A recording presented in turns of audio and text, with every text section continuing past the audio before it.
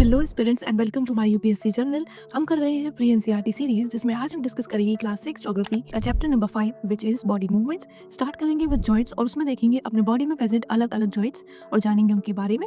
उसके बाद हम पढ़ेंगे स्केलेटन के बारे में और लास्ट में हम डिस्कस करेंगे मूवमेंट इन एनिमल्स जिसमें हम स्नेल, कॉकरोच, बर्ड्स, फिश और भी अलग अलग एनिमल्स की मूवमेंट्स के बारे में पढ़ेंगे। तो चलो फिर आज का लेक्चर स्टार्ट करते हैं। चलो तो फिर हमारे इस चैप्टर बॉडी मूवमेंट में सबसे पहले हम यही पढ़ते हैं कि मूवमेंट क्या होता है। मूवमेंट होता है किसी के ऑर्गेनिज्म की एबिलिटी उसकी पोजीशन को चेंज करने की यूजिंग इट्स बॉडी पार्ट। जैसे कि अभी आप बैठे हो, अगर आपका मन करे तो आप खड़े हो सकते हो, आप चाहो तो वापस बैठ सकते हो। अगर आप कुछ लिख रहे हो, आप न्यूज़पेपर पलट रहे हो, तो इस समय क्या कर रहे हो, आप अपनी बॉडी की पोजीशन चेंज कर रहे हो यूजिंग योर बॉडी पार्ट्स। तो ये सारे ही कहलाते हैं मूवमेंट। अब ह्यूमंस जो होते हैं वो मूव कर पाते हैं क्योंकि उनके पास है बोन्स, उनके पास है मसल्स और हैं जॉइंट्स। अब ये तीनों क्या होते हैं वो हम इस लेक्चर में पढ़ेंगे। शुरू करेंगे जॉइंट से। तो जॉइंट क्या होते हैं? ये वो पॉइंट्स होते हैं जहाँ पर हमारे स्केलेटन के टू पार्ट्स आपस में फिट होते हैं ताकि वो मूव कर पाए। इसीलिए जॉइंट्स आर वेरी इंपॉर्टेंट क्योंकि ये हमारे स्केलेटन के वो पॉइंट्स हैं जहाँ पर दो पार्ट्स आपस में आके फिट होते हैं और इस वजह से मूवमेंट पॉसिबल है। अब अलग अलग जॉइंट्स प्रेजेंट है हमारी बॉडी में। सबसे पहले पढ़ेंगे about ball and socket joint. तो ये वाला जो जॉइंट होता है इसमें एक बोन का होता है राउंडेड एंड और दूसरे बोन में होती है कैविटी। तो ये राउंडेड एंड दूसरी बोन की कैविटी में फिट हो जाता है और ये वाला जो जॉइंट होगा इसमें आपको ऑन डायरेक्शन मूवमेंट मिलेगा और ये प्रेजेंट है हमारे in shoulder joint and in hip joint. जैसे कि हम यहाँ देख सकते हो, एक side we have a rounded end और दूसरी साइड पे है कैविटी। तो ये इसमें फिट हो जाएगा और ये मूव करेगा इन ऑल डायरेक्शंस। तो ये हो गया बॉल एंड सॉकेट जॉइंट क्योंकि एक साइड है राउंड और दूसरी साइड है कैविटी। तो ये हो गया बॉल एंड सॉकेट। नेक्स्ट जो हमारा जॉइंट है वो है पिवटल जॉइंट। इसमें क्या होता है, इसमें होती है एक सिलेंड्रिकल बोन जो रोटेट करती है इन अ रिंग। ये रोटेट करती है अराउंड द फिक्स पॉइंट। यहाँ पर आपको मूवमेंट कैसा मिलेगा, अराउंड द फिक्स पॉइंट आपको मूवमेंट मिलेगा और ये प्रेजेंट है हमारे नेक में जहाँ वो ज्वाइन करती है हमारे हेड को। तो ये जो है ये तो हो गया हमारा सिलेंडर और ये हो गई रिंग। तो यहाँ पर आपको एक फिक्स मूवमेंट मिलता है। आप पूरा 360 नहीं घूम सकते, जैसे कि आप शोल्डर में अपने आप को पूरा कंप्लीट रोटेट कर सकते थे इन ऑल डायरेक्शन, वो यहाँ पर नहीं होता। यहाँ पर एक फिक्स मूवमेंट होगा आपका और ये प्रेजेंट होगा हमारे नेक और हेड के जॉइंट पे। क्यों? क्योंकि एक है सिलेंड्रिकल और एक है रिंग। ठीक, ये हो गया हमारा पिवटल जॉइंट। नेक्स्ट है हमारा हिंज जॉइंट। अब इसमें क्या होता है, इसमें होता है movement only in back and fourth direction. सिर्फ एक डायरेक्शन में मूवमेंट होता है, जैसे डोर का होता है आगे पीछे आगे पीछे। ये प्रेजेंट होता है हमारे एल्बोज में और हमारे नी जॉइंट्स में।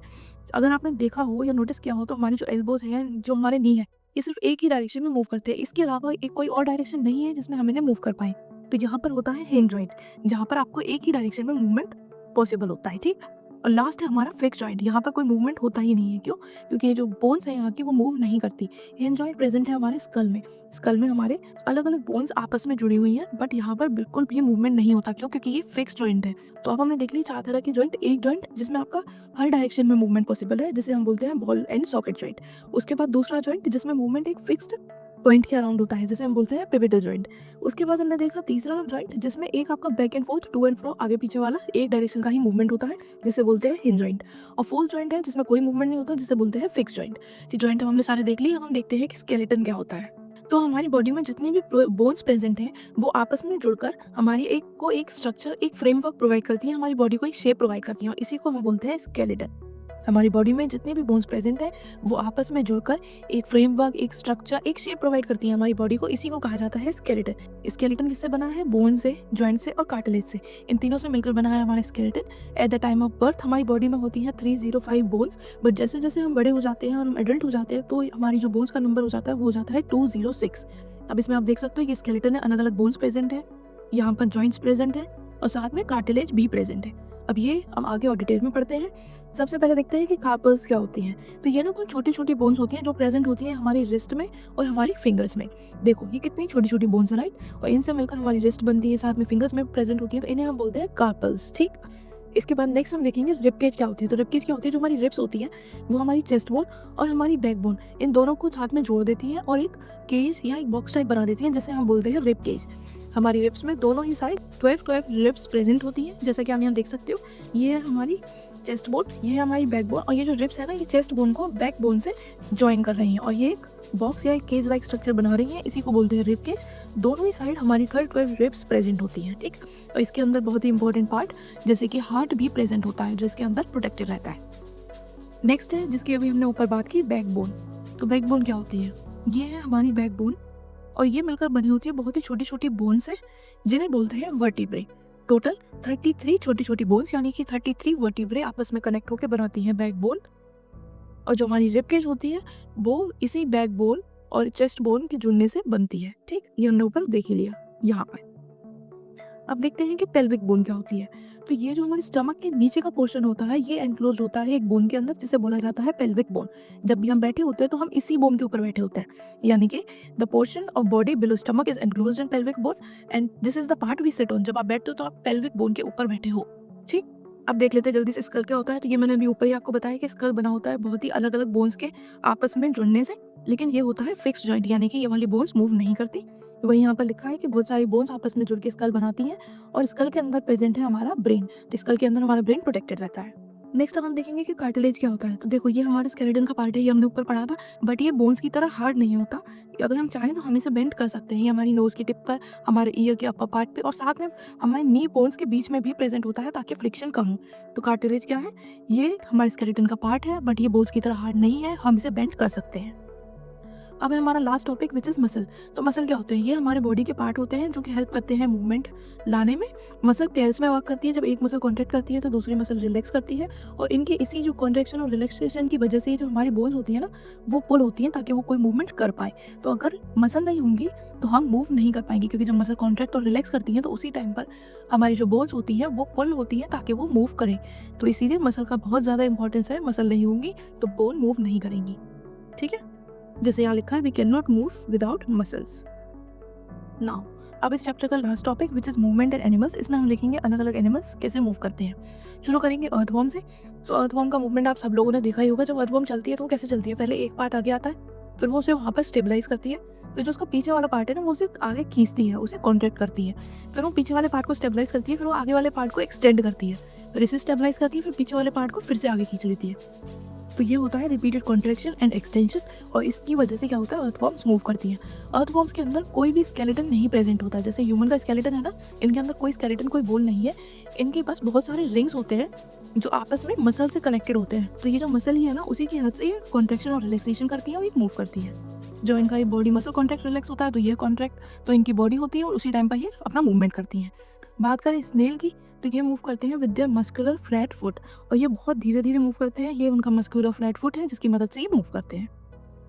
अब हम देखेंगे कॉकरोचेस के बारे में। तो देखो कॉकरोचेस ना चलते हुए भी हमने देखी है, दीवारों पे चढ़ते हुए, और वो उड़ भी लेते हैं थोड़ा बहुत, तो उनसे अलग ही लेवल का डर लगता है। तो कॉकरोच में क्या होता है, इनका हार्ड आउटर स्केलेटन होता है जिस पर उनके डिफरेंट यूनिट्स आके जुड़े हुए होते हैं। अब यूनिट्स क्या क्या है, एक तो होता है इनका 3 पेयर्स ऑफ लेग, आप देख सकते हो दे हैव टोटल 6 लेग्स। और दूसरा इनके पास होते हैं 2 पेयर ऑफ विंग्स, यानी कि टोटल 4 विंग्स। और ये सब कुछ ना इनके हार्ड आउटर स्केलेटन पे आके जुड़े हुए होते हैं, जिसकी वजह से ये वॉक भी कर लेते हैं, ग्लैब भी कर लेते हैं और फ्लाई भी कर लेते हैं। मूविंग ऑन, अब हम देखते हैं बर्ड्स का मूवमेंट। तो देखो बर्ड्स फ्लाई करती हैं एयर में और साथ में ग्राउंड पे भी वॉक कर लेती हैं। तो एयर में फ्लाई करती हैं इस वजह से जो इनकी बोन्स है ना वो हॉलो और लाइट होती हैं, बिकॉज अगर हैवी होगी तो उड़ना बहुत मुश्किल होगा। साथ में इनकी शोल्डर बोन्स और मसल्स दोनों ही स्ट्रॉन्ग होते हैं, बिकॉज जब फ्लाई करती हैं तो इनको स्ट्रॉन्ग मसल्स और बोन्स की नीड है, तभी ये प्रॉपर अपना फ्लाई कर पाएंगी। बिकॉज अगर वीक होंगे तो इनका बॉडी वेट भले ही कम हो तब भी ये फ्लाई नहीं कर पाएंगी। ठीक, तो बर्ड्स में क्या होता है, वी हैव बोन्स जो कि हॉलो होती हैं, लाइट होती हैं, साथ में इनकी शोल्डर बोन्स स्ट्रॉन्ग होती है और इनकी मसल्स भी स्ट्रॉन्ग होती हैं। अब हम देखेंगे फिश। तो फिश की बॉडी होती है स्ट्रीमलाइन बॉडी। स्ट्रीमलाइन बॉडी मतलब जो आगे से टेपर्स होती है, टेपर्ड होती है और बीच में आपको बल्ज मिल जाएगी। तो इससे क्या होता है कि जब भी ये पानी में जाती हैं तो पानी आराम से इनकी साइड से निकल जाता है और ये आराम से उसमें तैर लेती हैं। अगर इनकी बॉडी ब्रॉड होगी तो फ्रिक्शन ज़्यादा होगा तो इन्हें तैरने में दिक्कत आएगी, इन्हें स्विम करने में दिक्कत आएगी। तो इनकी स्ट्रीमलाइन बॉडी होती है जिसका मतलब body tapers at both ends. इसकी वजह से क्या होता है, वाटर इजीली फ्लो कर जाता है और दे कैन स्विम। साथ में इनका जो स्केलेटन होता है वो कवर्ड होता है विद स्ट्रॉन्ग मसल, क्योंकि स्केलेटन ही तो मूव करेगा जब ये पानी में मूव करेंगे जल्दी जल्दी। अब लास्ट है स्नेक। स्नेक कैसे चलते हैं भाई, तो देखो पहले तो स्नेक के कोई लेग नहीं होते, इनकी बस एक बहुत लॉन्ग बैकबोन होती है और उस बैकबोन की फ्लेक्सिबिलिटी की वजह से ये जिगजैग पैटर्न में बहुत जल्दी जल्दी चल लेते हैं। तो अब हमने एनिमल्स का मूवमेंट देख लिया, उसके अलावा मसल क्या होती है वो देख लिया कि मसल नहीं होगी तो मूवमेंट पॉसिबल नहीं है। कार्टिलेज देखा, जो बोन्स की तरह हार्ड नहीं होता उसे हम बेंड कर सकते हैं। उसके बाद हमने देखा स्कल।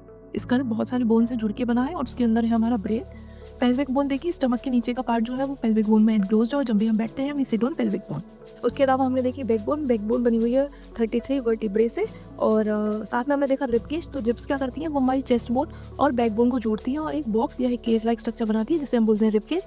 रिब केज के अंदर बहुत सारे इंपॉर्टेंट बॉडी पार्ट्स प्रेजेंट है इंक्लूडिंग आवर हार्ट। फिर हमने देखे थे कार्पस। कार्पस क्या होगी, वो छोटी छोटी बोन्स होती हैं जिनसे हमारे लिस्ट ऑफ फिंगर्स बने होते हैं। और शुरुआत की थी हमने स्केलेटन से। स्केलेटन क्या होता है, तो हमारी बॉडी में जितनी भी बोन्स प्रेजेंट है वो आपस में जुड़कर एक फ्रेमवर्क, एक स्ट्रक्चर या फिर एक शेप प्रोवाइड करती है हमारी बॉडी को, जिसे हम बोलते हैं स्केलेटन। इसमें बोन्स आते हैं, इसमें जॉइंट्स आते हैं और इसमें आता है कार्टिलेज।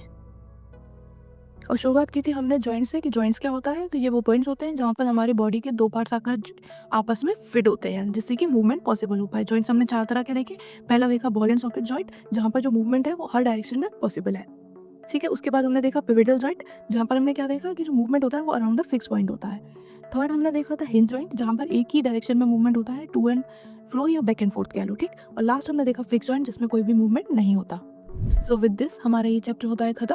अब वीडियो देखने के बाद एक बार यही चैप्टर बुक से पढ़ लेना, कोई भी डाउट हो तो कमेंट सेक्शन में पूछ लेना।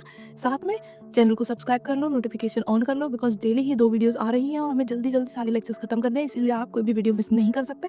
साथ के साथ देखो, साथ के साथ बुक से पढ़ो और अपना चैप्टर तुरंत खत्म कर लो। साथ में ये चैनल अपने फ्रेंड्स और बाकी एस्पिरेंट्स के साथ शेयर करो, जिससे कि ज़्यादा से ज़्यादा लोगों तक ये फ्री एनसीईआरटी सीरीज पहुंचे। मैं मिलती हूँ आपसे नेक्स्ट वीडियो में। Till then bye bye, take care, पढ़ाई करते रहो।